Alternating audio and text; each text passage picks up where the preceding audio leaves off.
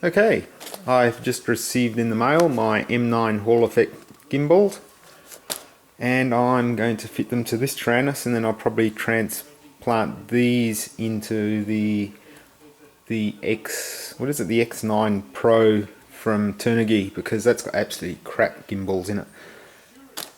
Just show you what we receive in here. They come quite well packed. As standard, they come with the spring return on both X and Y, and you get a small set of screws.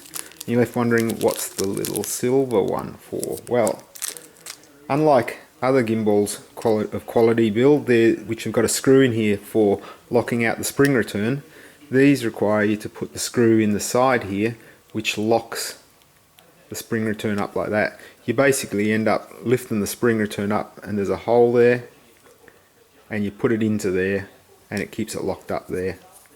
There you go, like that. So that's the one for the throttle, and that one's going to be the pitch and roll.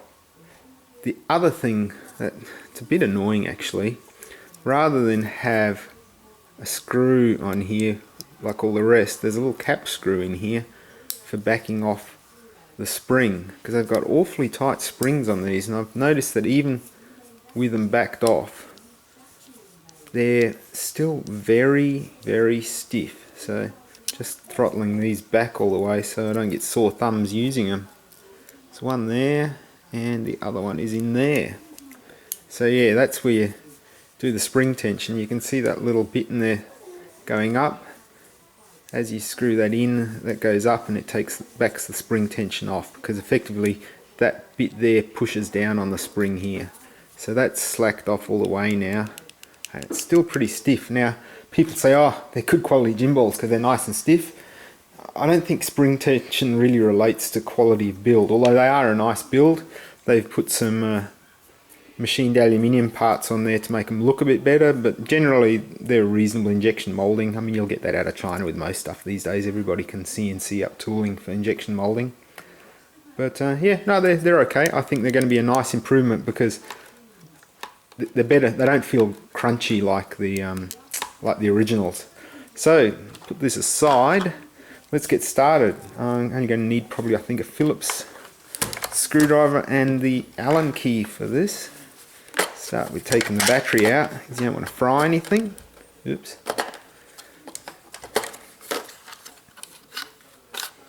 Battery's out. And then we proceed to take these screws out.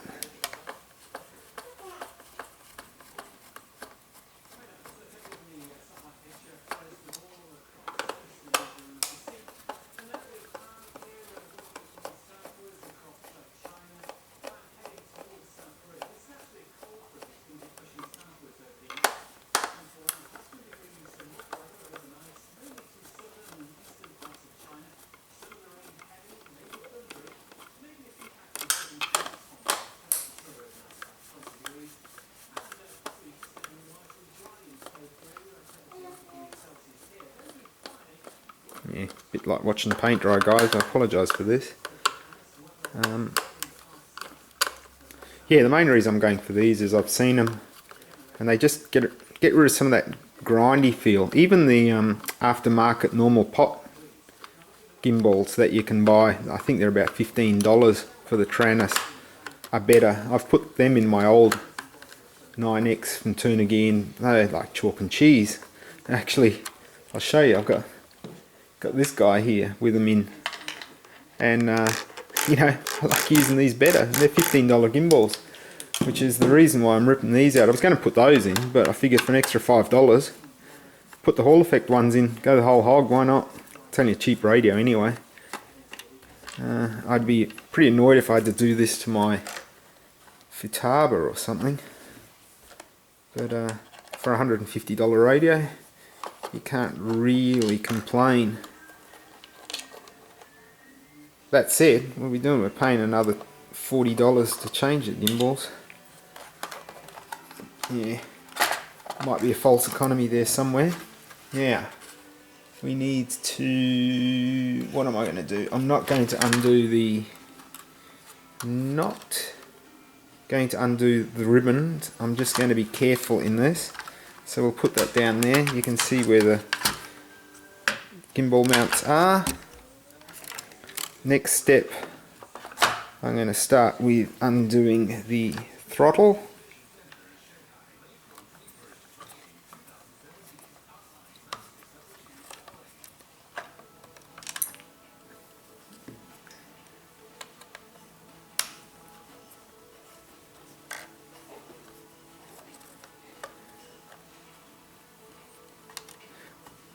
I'm going to keep videoing all of this, and I apologise for those that it's boring. I mean, you can fast forward it, but I do want to keep it real.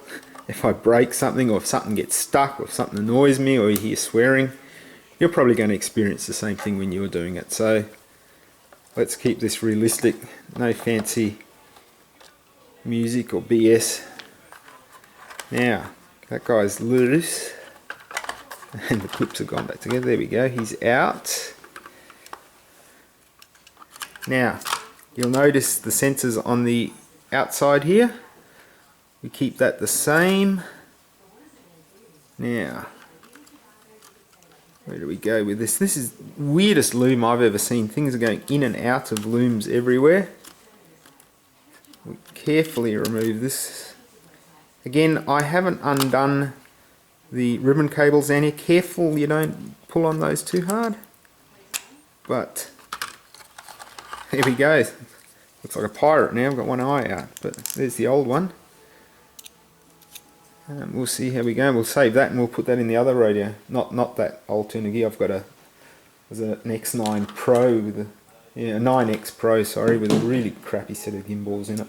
So, got my throttle one here. Sensor on the outside. I'm putting that into here. So far, so good, I think. Not convinced that that's quite in yet. Now, somebody said there was something that they had to cut. I'm not sure if I've spotted there. Got some wires here that we're moving a bit. Sensors on the outside.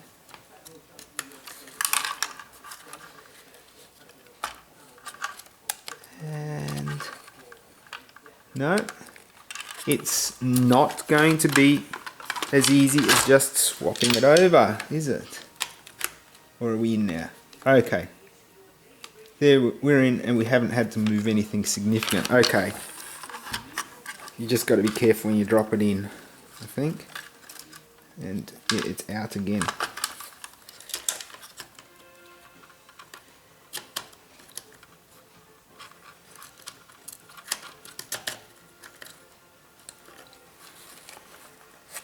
Yep, there we go.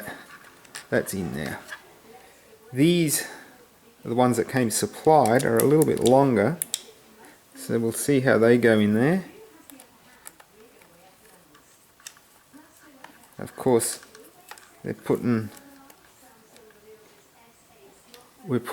metal threaded screws into, I think, an unthreaded plastic. Well, that one seems to be going in a bit easier there. I think once I've got the one in, it's going to hold it reasonably well in place.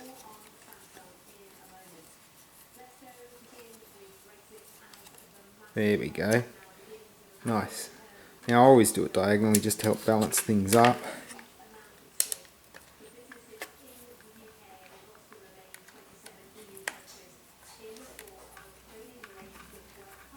Yeah, just got BBC World News going in the background there. One day they're going to ask, where were you when the UK implemented Article 50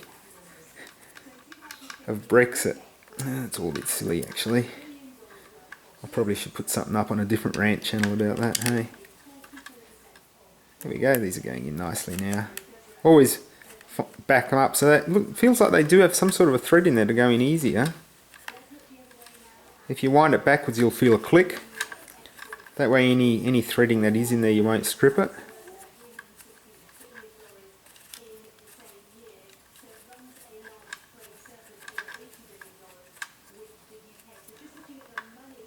Yeah, there's certainly easier to swap out than they were on that old Turnegee, but then again, they weren't genuine Turnegees, were they? When I did that, they were FR Skies. So yeah, just rambling here a bit so it's not boring. Maybe we should put some music in the final video. But I don't think I'm swearing yet.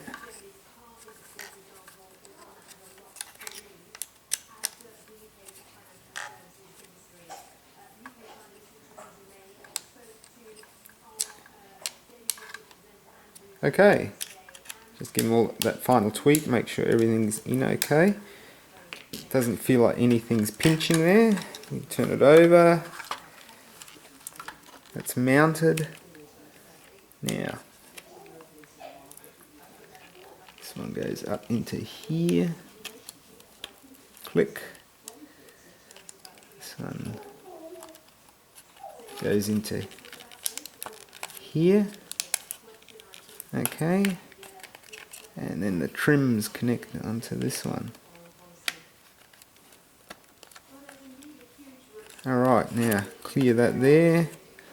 This one's probably not ideal in my opinion, but if we loop it up under here, it'll give it the freedom it needs. They didn't actually put that one in properly in my opinion, because it's loops under there. Well, they may be putting a zip tie on there will fix it. But that's that one. Looks pretty good.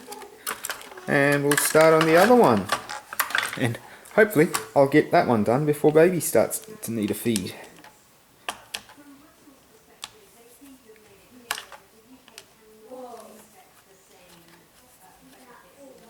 And the kids are here too.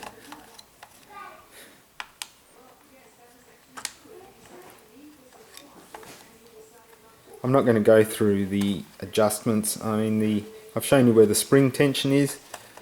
The length adjustment is with a grub screw in the front.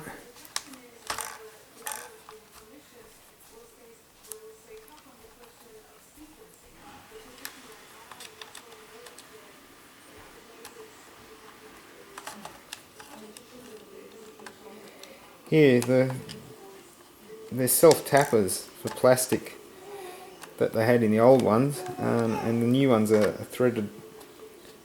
They've actually, yeah, if you look really closely in there, don't know if you can see it, get the focus.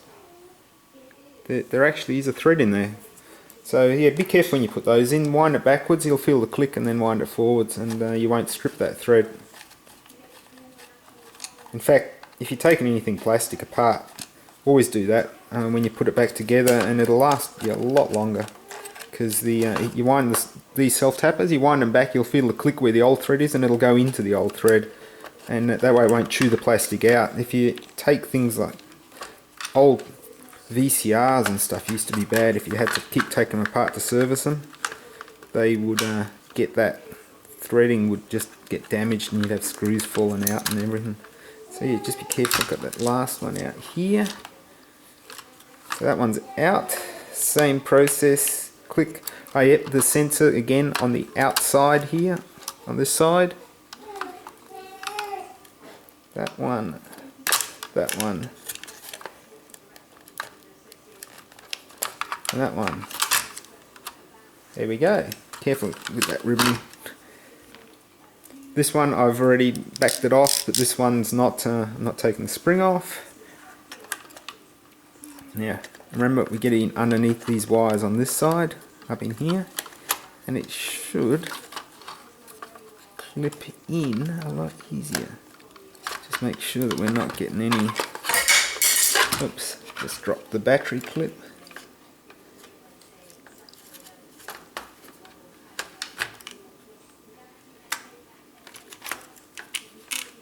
Oh yeah, somebody warned me about those. That switch is probably going to be backwards now because I've pulled it out. And you know what? Let's just remember that this one is red here because I'm going to pull that one out, and I'm going to pull these zip clips.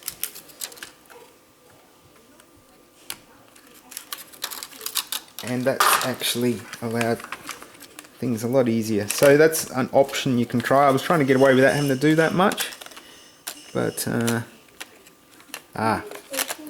Alexander, I'm doing a video at the moment, thank you. If you could just be quiet for a bit.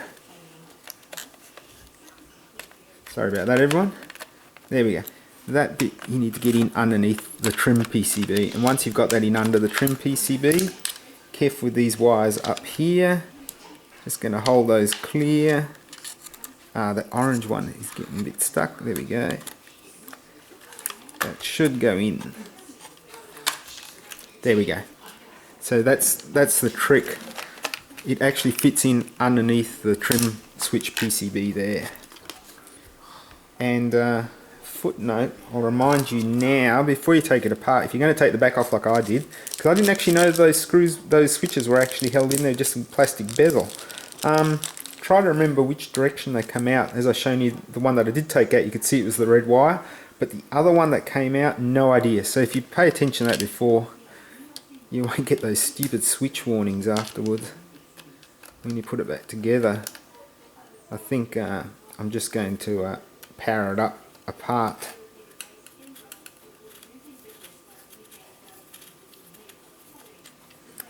When we put it together, just to power it up and see which way that switch goes, because I hate those switch warnings. Admittedly, I've only had a superficial look. Maybe I have to write a script to turn that off, or have to do a special build. Just like that annoying voice. Probably wouldn't bother me so much if it didn't duplicate on its warnings, like, was it the low signal strength warning and then the reception lost? Like, you could just have one of those. I don't need to know both.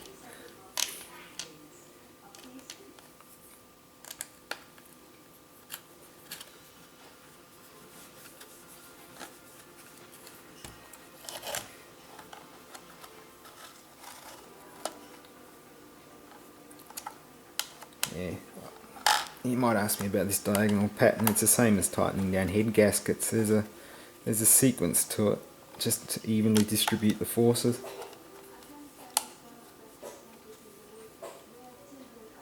Okay, so they're all tight. Beautiful. That looks alright. Hey, these wires out, those screws out of the way. Now, here, two switches. We'll fix them up shortly. Same process here. Actually, I think I'm going to resolve that issue with the wires on the other side. So they're all in there. When I turn these, okay, it's my OCD, but I'm turning them so that I keep tensioning up the wires rather than untensioning them. Yeah, I think I'm on borrowed time now, so against the clock. There.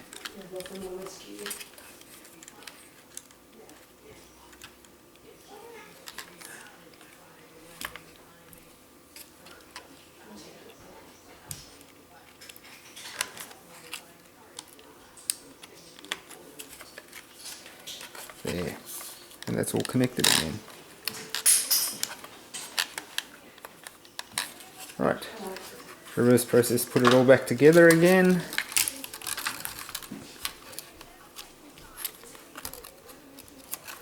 Make sure that that zip lock is all the way open.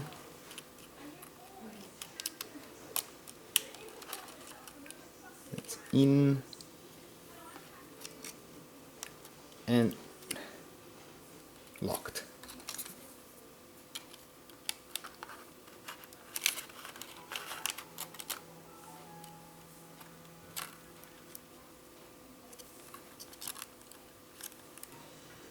There we go. Now, as I said before, let's see, there's red up here.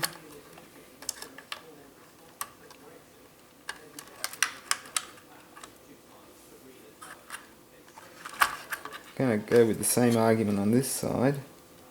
Hadn't realised that these are so loose. This one must have totally undone itself while I was fiddling around.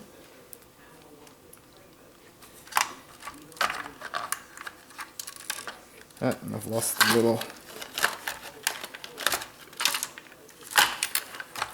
little spacer. Let's put them there.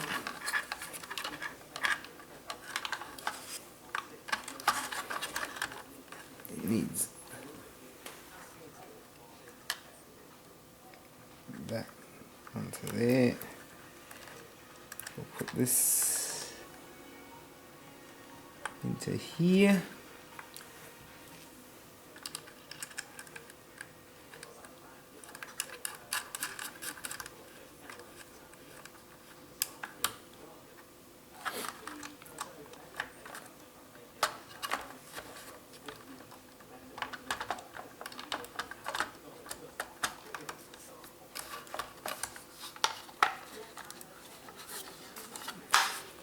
This thing's so light without batteries in it. I think they sell it with batteries just so it feels like it's better quality.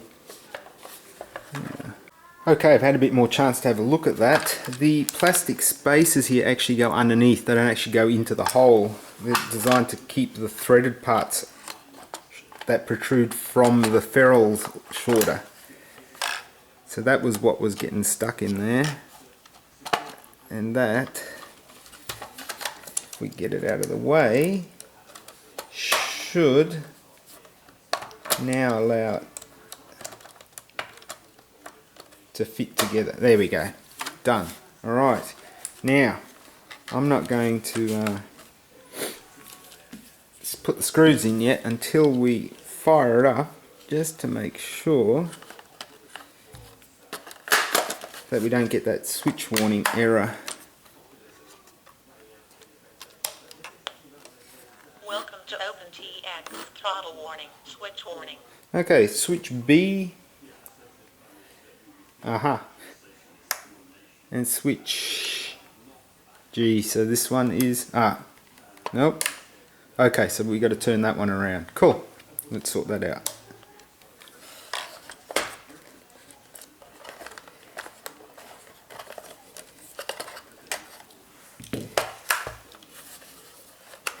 That was the one that gave all the problems already. Hey, okay, so turn that one around, clip it back in,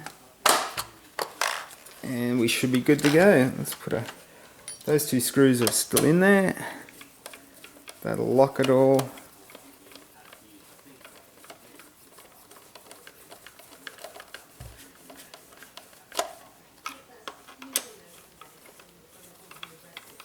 Backwards turn again like normal.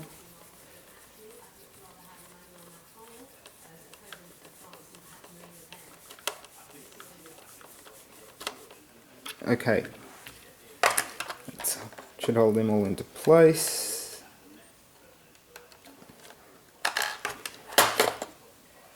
And of course earlier I dropped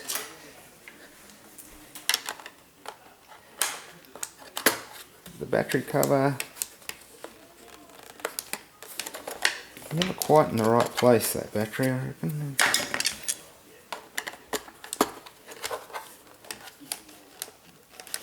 There we go. Welcome to OpenTX. Throttle warning. Good, all the switches are funny. Why didn't it give me a switch warning on SF then? Interesting.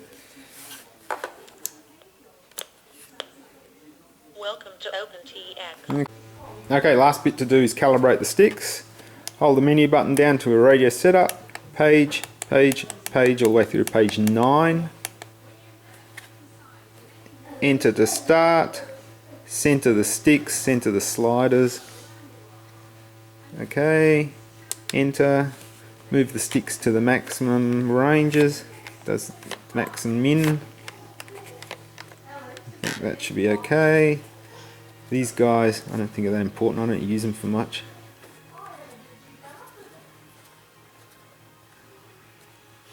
And the sliders on the side.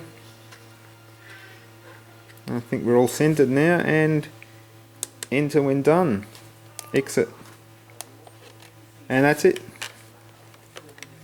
Now have full effect gimbals. Enjoy.